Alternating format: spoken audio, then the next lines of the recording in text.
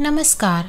आइए सुनते हैं आचार्य चतुर सेन शास्त्री की लिखी कहानी दुखवा में कासे कहूँ मोरी सजनी। गर्मी के दिन थे। बादशाह ने उसी फाल्गुन में सलीमा से नई शादी की थी। सल्तनत ने सब झंझटों से दूर रहकर नई दुल्हन के साथ प्रेम और आनंद की कलोलें करने व सलीमा को लेकर कश्मीर के दौलत खाने में चले आए थे। रात दूध में नहा रही थी। दूर के पहाड़ी की चोटियां बर्फ से सफ़ेद होकर चांदनी से बाहर दिखा रही थी। आराम बाग के महलों के नीचे पहाड़ी नदी बल खाकर बह रही थी। मोती महल के एक कमरे में शमादान जल रहा था और उसकी खुली खिड़की के पास बैठी सलीमा रात का सौंदर्य निहार रही थी। खुले हुए बाल उसकी फिरोजी रंग की ओढ़नी पर खेल रहे थे। चिकन के काम से सजी और मोतियों से गुथी हुई उस फिरोजी रंग की ओढ़नी पर कसी हुई कमखाब की कुर्ती और पन्नों की कमर पेटी पर अंगूर के बराबर बड़े मोतियों की माला झूम रही थी। सलीमा का रंग भी मोती के समान था। उसकी देह की गठन निराली थी। संगमरमर के समान पैरों में जरी के काम के जूते पड़े थे, जिन पर दो हीरे धक धक चमक रहे थे। कमरे में एक कीमती ईरानी कालीन का फर्श बिछा था, जो पैर लगते ही हाथ भर धंस जाता था। सुगंधित मसालों से बने हुए शमादान चल रहे थे। कमरे में 4 पूरे कद के आईने लगे थे। संगमरमर के आधारों पर सोने चांदी के फूलदानों में ताजे फूलों के गुलदस्ते रखे थे। दीवारों और दरवाजों पर चतुराई से गुथी हुई नाग केसर और चंपे की मालाएं झूल रही थी, जिनकी सुगंध से कमरा महक रहा था। कमरे में अनगिनत बहुमूल्य कारीगरों की देश विदेश की वस्तुएं करीने से सजी हुई थी। बादशाह 2 दिन से शिकार को गए थे। आज इतनी रात हो गई, अभी तक नहीं आए। सलीमा चांदनी में दूर तक आंखें बिछाए सवारों की गर्द देखती रही।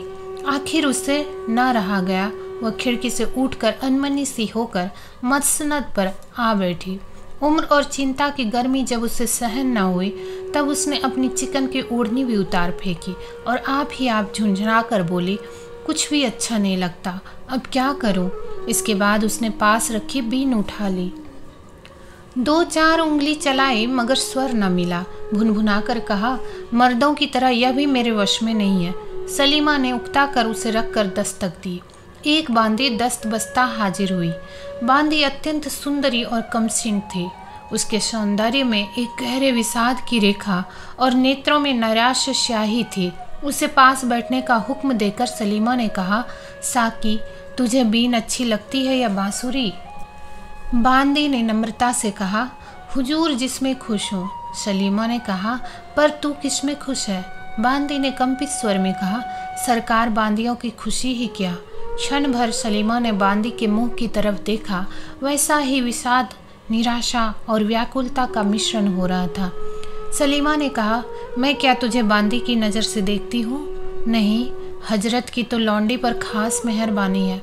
तब तो इतनी उदास, झिझकी हुई और एकांत में क्यों रहती है? जब से तू नौकर हुई है ऐसा ही दिखती हो। अपनी तकलीफ मुझसे तो कह प्यारी साकी। इतना कहकर सलीमा ने उसके पास खिसक कर उसका हाथ पकड़ लिया। बांदी कांप गई पर बोली नहीं। सलीमा ने कहा, कसमिया, तू अपना दर्द मुझसे कह, तू इतनी उदास क्यों रहती है? बांदी ने कंपित स्वर में कहा, हुजूर क्यों इतनी उदास रहती है? सलीमा ने कहा, इधर जहाँ पनाह कुछ कम आने लगे हैं, इससे तबीयत जरा उदास रहती है। बांदी ने कहा, सरकार, प्यारी चीज़ न मिलने से इंसान को उदासी आ ही जाती है। अमीर और गरीब सभी का दिल ही है। सलीमा हंसी। उसने कहा, समझी, अब तू किसी को चाहती है, मुझे उसका नाम बता, उसके साथ तेरी शादी करा दूंगी। साकी का सिर घूम गया। एकाएक उसने बेगम की आंखों में आंख मिलाकर कहा, मैं आपको चाहती हूँ। सलीमा हंसते हंसते लोटपोट हो गई। उस मदमाती हंसी के वेग में उसने बांदी का कंपन नहीं देखा। बांदी ने बंशी लेकर कहा, क्या सुनाऊं? बेगम ने कहा, ठहर, कमरा बहुत गर्म मालूम होता है। इसके तमाम दरवाजे और खिड़कियां खोल दे, चिरागों को बुझा दे, चटकती चांदनी का लुफ्त उठाने दे और फूल मालाएं मेरे पास रख दे। बांदी उठी। सलीमा बोली, सुन, पहले एक गिलास शरबत दे, बहुत प्यासी हूँ। बांदी ने सोने के गिलास में खुशबूदार शरबत बेगम के सामने ला धरा। बेगम ने कहा, उफ, यह तो बहुत गर्म है, क्या इसमें गुलाब नहीं दिया? बांदी ने नम्रता से कहा। दिया तो है सरकार। अच्छा, इसमें थोड़ा सा इस्तंबोल और मिला। साकी गिलास लेकर दूसरे कमरे में चली गई। इस्तंबोल मिलाया और भी एक चीज़ मिलाए। फिर वह सुवासित मदिरा का पात्र बेगम के सामने ला धरा। एक ही सांस में उसे पीकर बेगम ने कहा, अच्छा अब सुना, तूने कहा कि मुझे प्यार करती है, सुना कोई प्यार का गाना सुना। इतना कह और गिलास को गलीचे पर लुढ़का कर मदमाती मसनद पर खुद लुढ़क गई और रस भरे नेत्रों से साकी की ओर देखने लगी। साकी ने बंशी का सुर मिलाकर गाना शुरू किया। दुखवा में कासे कहूँ मोरी सजनी। वक्त देर तक साकी की वंशी और कंठ ध्वनि कमरे में घूम घूम कर रोती रही। धीरे धीरे साकी खुद रोने लगी। सलीमा मदिरा और यौवन के नशे में होकर झूमने लगी। गीत खत्म करके साकी ने देखा सलीमा बेसुध पड़ी है। शराब की तेजी से उसके गाल एकदम सुर्ख हो गए हैं और तांबुल राग रंजित होठ रह रहकर फड़क रहे हैं। सांस की सुगंध से कमरा महक रहा है, जैसे मंद पवन से कोमल पत्ती कांपने लगती है, उसी प्रकार सलीमा का वक्ष स्थल धीरे धीरे कांप रहा है। प्रस्वेद की बूंदे ललाट पर दीपक के उज्जवल प्रकाश में मोतियों की तरह चमक रही है। बंशी रखकर साकी क्षण भर बेगम के पास आकर खड़ी हुई। उनका शरीर कांपा, आंखें जलने लगी, कंठ सूख गया।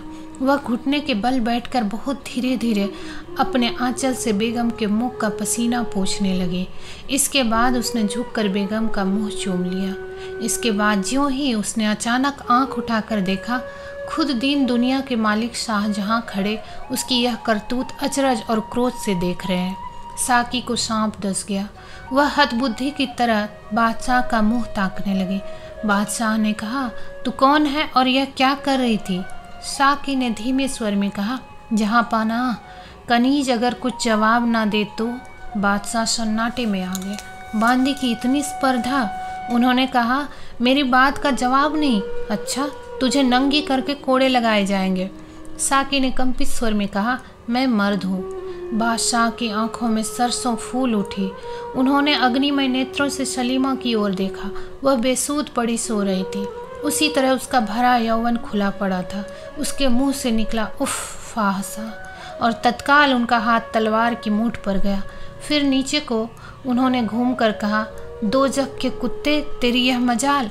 फिर कठोर स्वर में बोला, माधूम। क्षण भर में एक भयंकर रूप वाली ततारी औरत बादशाह के सामने अदब से आ खड़ी हुई।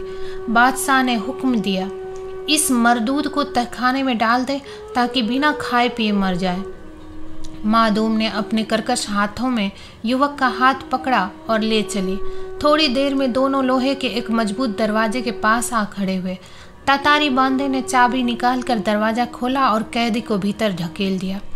कोठरी की गज कैदी का बोझा ऊपर पड़ते ही कांपती हुई नीचे को धसकने लगी। प्रभात हुआ। सलीमा की बेहोशी दूर हुई। चौंक कर उठ बैठी। बाल संवारे, ओढ़नी ठीक की और चोले के बटन कसने को आईने के सामने जा खड़ी हुई। खिड़कियां बंद थी। सलीमा ने पुकारा, साकी, प्यारी साकी, बड़ी गर्मी है, जरा खिड़की तो खोल दे। निगोड़ी नींद ने तो आज गजब ढा दिया। शराब कुछ तेज थी। किसी ने सलीमा की बात न सुनी। सलीमा ने जरा जोर से पुकारा, साकी। जवाब न पाकर सलीमा हैरान हुई। वह खुद खिड़कियां खोलने लगी, मगर खिड़कियां बाहर से बंद थी।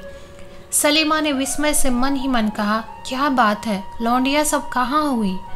वह द्वार की तरफ चली। देखा एक ततारी बांधी नंगी तलवार लिए पहरे पर मुस्तैद खड़ी है। बेगम को देखते उसने सिर झुका लिया। सलीमा ने क्रोध से कहा, तुम लोग यहाँ क्यों हो? बादशाह के हुक्म से। क्या बादशाह आ गए? जी हाँ। मुझे इत्तला क्यों नहीं की? हुक्म नहीं था। बादशाह कहाँ है? जीनत महल के दौलत खाने पर। सलीमा के मन में अभिमान हुआ। उसने कहा, ठीक है, खूबसूरती के हाट में जिनका कारोबार है, मोहब्बत को क्या समझे। तो अब जीनत महल की किस्मत खुली। तातारी स्त्री चुपचाप खड़ी रही। सलीमा फिर बोली, मेरी साकी कहाँ है? कैद में। क्यों? जहाँ पनाह का हुक्म था। उसका कसूर क्या था? मैं अर्ज नहीं कर सकती। कैद खाने की चाबी मुझे दे, मैं अभी उसे छुड़ाती हूँ। आपको अपने कमरे से बाहर आने का हुक्म नहीं है। तब क्या मैं भी कैद हूँ? जी हाँ। सलीमा की आंखों में आंसू भर आए। वह लौटकर मसनद पर पड़ गई और फूट फूट कर रोने लगी। कुछ ठहर कर उसने एक खत लिखा। हुजूर, मेरा कसूर माफ़ फरमावे। दिन भर की थकी हुई होने से ऐसी बेसूध सो गई कि हुजूर के इस्तकबाल में हाजिर ना रह सकी, और मेरी उस प्यारी लौंडी की भी जान बख्शी की जाए। उसने हुजूर के दौलत खाने में लौट आने की इत्तला मुझे वाजिबी तौर पर न देकर बेशक भारी कसूर किया है, मगर वह नई कमसिन गरीब और दुखिया है। कनीज सलीमा। चिट्ठी बादशाह के पास भेज दी गई। बादशाह की तबीयत बहुत नासाज थी। तमाम हिंदुस्तान के बादशाह की औरत फाशा निकले। बादशाह अपनी आंखों से परपुरुष को उसका मुंह चूमते देख चुके थे। वह गुस्से से तलमला रहे थे और गम गलत खाने को अंधाधुंध शराब पी रहे थे। जीनत महल मौका देखकर सौतिया डाह का बुखार निकाल रही थी। तातारी बांदी को देखकर बादशाह ने आग बबूला होकर कहा, क्या लाई हो? बांदी ने दस्त बस्ता अर्ज की। खुदाबंद, सलीमा बीबी की अर्जी है। बादशाह ने गुस्से से होठ चबाकर कहा, उससे कह दे कि मर जाए। इसके बाद खत में एक ठोकर मारकर उन्होंने उधर से मुंह फेर लिया। बांदी लौट आए। बादशाह का जवाब सुनकर सलीमा धरती पर बैठ गए। उसने बांदी को बाहर जाने का हुक्म दिया और दरवाज़ा बंद करके फूट फूट कर रोई। घंटों बीत गए, दिन छिपने लगा। सलीमा ने कहा, हाय, बादशाहों की बेगम होना भी बदनसीबी है। इंतजारी करते करते आँख फूट जाए, मिन्नतें करते करते जबान घिस जाए, अदब करते करते जिस्म के टुकड़े टुकड़े हो जाए, फिर भी इतनी सी बात पर कि मैं जरा सो गए, उनके आने पर जाग न सके, इतनी सज़ा, इतनी बेइज्जती। तब मैं बेगम क्या हुई? जीनत और बांदियाँ सुनेगी तो क्या कहेंगी? इस बेइज्जती के बाद मुंह दिखाने लायक कहाँ रहे? अब तो मरना ही ठीक है। अफसोस, मैं किसी गरीब की औरत क्यों न हुई। धीरे धीरे स्त्रीत्व का तेज उसकी आत्मा में उदय हुआ। गर्व और दृढ़ प्रतिज्ञा के चिन्ह उसके नेत्रों में छा गए। वह सांपनी की तरह चपेट खाकर उठ खड़ी हुई। उसने एक और खत लिखा। दुनिया के मालिक, आपकी बीवी और कनीज होने की वजह से आपके हुक्म को मान कर मरती हूँ।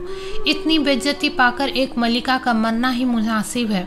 अगर इतने बड़े बादशाह को औरतों को इस कदर नाचीज तो न समझना चाहिए कि अदना सी बेवकूफ़ी की इतनी बड़ी सज़ा दी जाए। मेरा कसूर तो इतना ही था कि मैं बेखबर सो गई थी। खैर, फिर एक बार हुजूर को देखने की ख्वाहिश लेकर मरती हूँ। मैं उस पाक परवरदिगार के पास जाकर अर्ज करूँगी कि वह मेरे शौहर को सलामत रखे। सलीमा। खत्र को इत्र से सुवासित करके ताजे फूलों के एक गुलदस्ते में इस तरह रख दिया जिससे किसी की उस पर नज़र न पड़ जाए। इसके बाद उसने जवाहर की पेटी से एक बहुमूल्य अंगूठी निकाली और कुछ देर तक आंख गड़ा गड़ा कर उसे देखती रही, फिर उसे चाट गई। बादशाह शाम की हवाखोरी को नज़र बाग में टहल रहे थे। 2-3 खोजे घबराए हुए आए और चिट्ठी पेश करके अर्ज की, हुजूर, गजब हो गया। सलीमा बीवी ने जहर खा लिया और वह मर रही है। क्षण भर में बादशाह ने खत पढ़ लिया। झपटे हुए महल में पहुँचे। प्यारी दुल्हन सलीमा जमीन पर पड़ी है। आंखें ललाट पर चढ़ गई है। रंग कोयले के समान हो गया है। बादशाह से रहा न गया। उन्होंने घबरा कर कहा, हकीम, हकीम को बुलाओ। कई आदमी दौड़े। बादशाह का शब्द सुनकर सलीमा ने उनकी तरफ देखा और धीमे स्वर में कहा, जहे किस्मत। बादशाह ने नज़दीक बैठकर कहा, सलीमा, बादशाह की बेगम होकर तुम्हें यही लाजिम था? सलीमा ने कष्ट से कहा, हुजूर, मेरा कसूर मामूली था। बादशाह ने कड़े स्वर में कहा, बदनसीब, शाही जनान खाने में मर्द को वेश बदल कर रखना मामूली कसूर समझती है। कानों पर यकीन कभी न करता, मगर आँखों देखी को झूठ मान लो।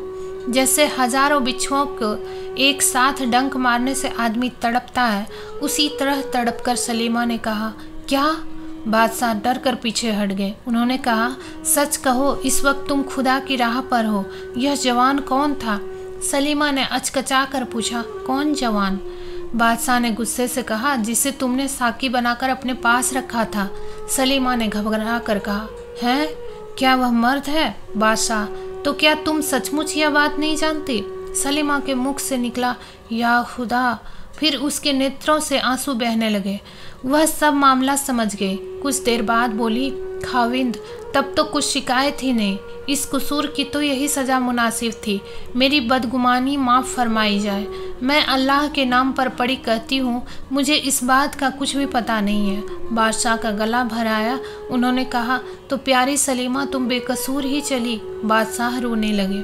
सलीमा ने उनका हाथ पकड़कर अपनी छाती पर रखकर कहा, मालिक मेरे, जिसकी उम्मीद न थी, मरते वक्त वह मज़ा मिल गया। कहा सुना माफ़ हो, एक अर्ज लौंडे की मजूर हो। बादशाह ने कहा, जल्दी कहो सलीमा। सलीमा ने सहसा से कहा, उस जवान को माफ़ कर देना। इसके बाद सलीमा की आंखों से आंसू बह चले और थोड़ी ही देर में ठंडी हो गई। बादशाह ने घुटनों के बल बैठकर उसका ललाट चूमा और फिर बालक की तरह रोने लगा। गजब के अंधेरे और सर्दी में युवक भूखा प्यासा पड़ा था। एकाएक घोर चित्कार करके किवाड़ खुले। प्रकाश के साथ ही एक गंभीर शब्द तहखाने में भर गया, बदनसीब नौजवान, क्या होश हवास में है? युवक ने तीव्र स्वर में पूछा, कौन? जवाब मिला, बादशाह। युवक ने कुछ भी अदब किए बिना कहा, यह जगह बादशाहों के लायक नहीं है, क्यों तशरीफ़ लाए हैं? तुम्हारी कैफियत नहीं सुनी थी, उसे सुनने आया हूँ। कुछ देर चुप रहकर युवक ने कहा, सिर्फ सलीमा को झूठी बदनामी से बचाने के लिए कैफियत देता हूँ, सुनिए। सलीमा जब बच्ची थी, मैं उसके बाप का नौकर था, तभी से मैं उससे प्यार करता था। सलीमा भी प्यार करती थी, पर वह बचपन का प्यार था। उम्र होने पर सलीमा पर्दे में रहने लगी और फिर वह शहंशाह की बेगम हुई, मगर मैं उसे भूल न सका। 5 साल तक पागल की तरह भटकता रहा। अंत में भेष बदलकर बांदी की नौकरी कर ली। सिर्फ उसे देखते रहने और खिदमत करके दिन गुजार देने का इरादा था। उस दिन उज्जवल चांदनी, सुगंधित पुष्प राशि, शराब की उत्तेजना और एकांत ने मुझे बेबस कर दिया। उसके बाद मैंने आंचल से उसके मुख का पसीना पोंछा और मुंह चूम लिया। मैं इतना ही खतावार हूँ। सलीमा इसकी बाबत कुछ भी नहीं जानती। बादशाह कुछ देर चुप खड़े रहे। उसके बाद वह दरवाजे बंद किए बिना ही धीरे धीरे चले गए।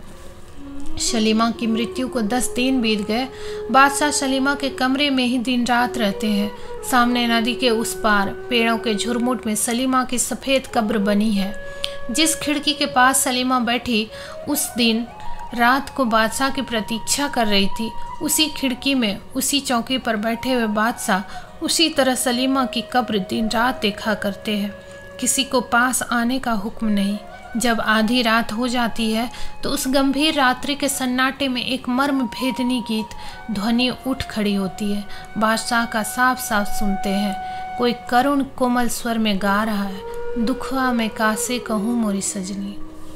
दोस्तों, आशा करती हूँ कि ये कहानी आपको अच्छी लगी होगी। ऐसी ही कहानियाँ सुनने के लिए हमारे चैनल को सब्सक्राइब करें। मिलते हैं अगली वीडियो में, तब तक के लिए आज्ञा दें। धन्यवाद।